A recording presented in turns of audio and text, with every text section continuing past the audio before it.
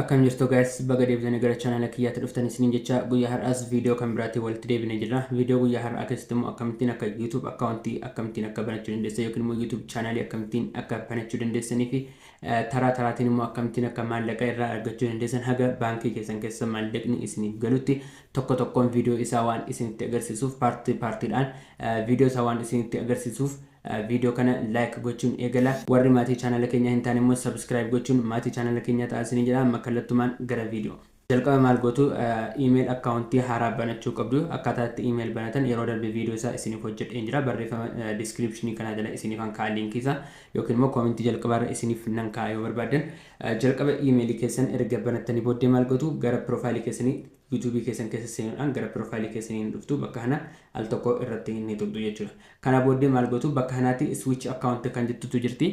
Ishii irratti al tokko maal gootu ni tuqxu jechuudha. Kana booddee haala kanaatiin erga seentanii booddee emailota isin bilbila irraatii qabdan haala kanaatiin isiniif fide jechuudha. Yoo isin emailiin keessan haala kanaatiin isiniif sign hin taane ta'e maal gootu bakka kanaatti adda account kan jedhu jira. Adda account kan jedhu san irratti tuquudhaan emailii keessan kan create gootan sana irratti addi gochuu dandeessu jechuudha. Amma kan koo adda ta'ee waan jiruuf akkamittiin akka create goonuu fi channel akkamittiin akka banannu kan isinitti agarsiisu ta'a jechuudha. Kanaaf maal gootu profile keessan keessa erga dhuftanii booddee bakka kanaatti bakka xiyyaan isinitti agarsiisu kan dhuftu create channel kan jettu jirti ishirratti al tokko ni tuqxu jechuudha. Kana booddee erga ishirratti haala kanaan tuqxanii booddee maal gootu bakka kanaatti name kan jedhu jira maqaa channel keessanii bakka kana tuquudhaan qayyaruu yookiin jijjiiruu ni dandeessu. Fakkeenyaaf bakka kanaatti maqaa channel Kiyyaa jijjiiruu yoo barbaade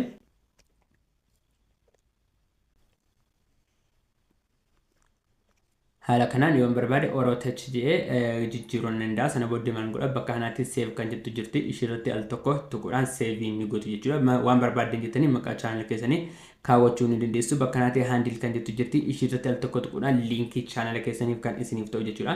Ishii jijjiiruu ni dandeessu. Fakkeenyaaf bakka kanaatti al tokko irratti tuquudhaan maal gootu waan barbaaddan jettanii barreessuu ni dandeessu. Fakkeenyaaf barreeffama tokko itti nan galcha yookiin immoo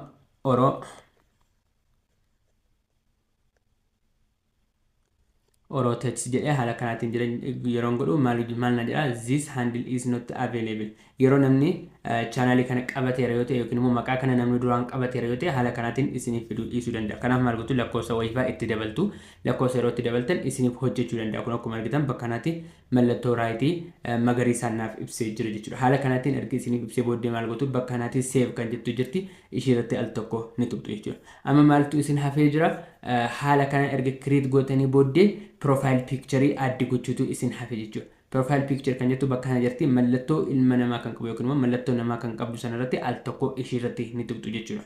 Profile keessanii addi irratti gochuudhaaf. Kana booddee maal isin gaafata kaameraa fi gaalarii kan jedhu isin gaafata.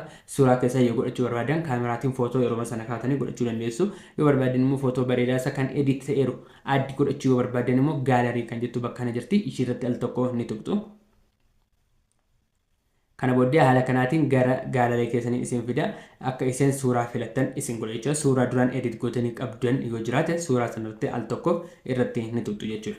Ammaan haala kanaan suuraa kiyya naaf fide jira. Erga haala kanaan suuraa keessan isin fide booddee suuraa keessan ilaaltanii bakka kanaatti save as profile picture kan jedhu jira isarratti al tokko tuquudhaan save ni gootu jechuudha. Load godhee booddee save isiniif godha amma kan koo save naaf ta'ee jira jechuudha. Kana booddee maal godha bakka kanaatti create channel kan jettu jirti ishirratti al tokko tuquudhaan akkaawuntii keessan create ni godhattu jechuudha. Kana booddee kun amma akkuma argitan akkaawuntiin keenya create nuuf ta'ee jira jechuudha.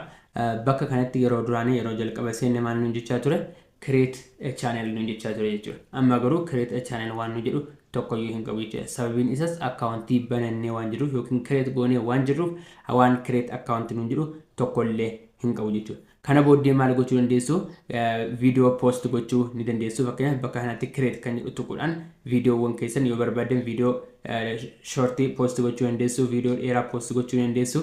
Upload a video kan jedhu bakka kanatti video qopheeffatanii yoo ta'e video sana post gochuudhaaf upload a video kan jedhu gochuu ni dandeessu. Sana booddee as keessa seentanii manage kan jedhu bakka kana jira isarratti tuqxanii seentanii post gochuu ni dandeessu jechuudha.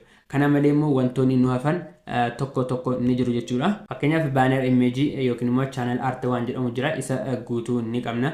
akkasumallee profile picture keessan warri hin hojjetan yoo jiraatan akkamittiin akka profile picture logo channel keessaniif akkamittiin akka hojjetachuu dandeessan warri hin beekne yoo jiraatan comment jalatti naaf barreessaa isiniif nan hojjedha video kan biraa akkamittiin profile bareedaas akkamittiin akka hojjetachuu dandeessan video isaa isiniif nan hojjedha akkasumallee channel keenyaaf description hojjechuun nurraa barbaachisaa description channel keenyaaf akkamittiin akka hojjennus video itti aanu keessatti isiniif nan hojjedha akkasumallee keyword fi wantoonni garaagaraa wantoonni nu barbaachisan baay'ee waan jiraniif isaaniin tokko tokkoon akkamittiin akka fayyadamtanii fi akkamittiin akka itti addi gootan hunda isaa waan isinitti agarsiisuuf video kana like gochuudhaan waan isiniif akka hojjedhu barbaadan comment jalatti naaf barreessaa video biraatiin hamma walitti deebinutti nagaan naaf turaa goodbye